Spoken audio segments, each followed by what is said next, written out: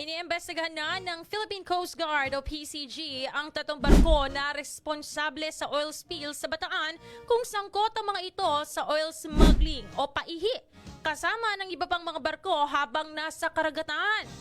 Ayon kay PCG National Capital Region o NCR Central Luzon, spokesperson Lieutenant Commander Michael John Encina, tinutukoy ng kanilang investigating team ang tunay na dahilan kung bakit ang lumubog na MT Terra Nova, ang MTKR Jason Bradley at NV Mirola ay nasa tubig ng Bataan bago naganap ang mga insidente.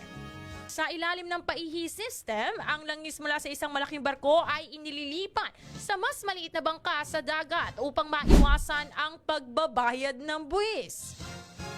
Dagdag pa ni Encina, patuloy ang investigasyon na ginagawa ng kanilang team at titiyakin nilang hindi makakatakas ang mga responsable sa oil spill. Patatandaan noong July 25, lumubog po ang MT Terra Nova na may 3.6 nautical miles sa silangan ng Lamao Point sa Limay, Bataan kung saan isa sa mga tripulante ang naiulat po na namatay. Samantala, ang MTKR Jason Bradley, isa pang barko na lumubog sa tubig ng Mariveles, Bataan noong July 27 ay may dalang 5,500 liter ng diesel at natagpuan din po o natagpuan ding may mga tagas.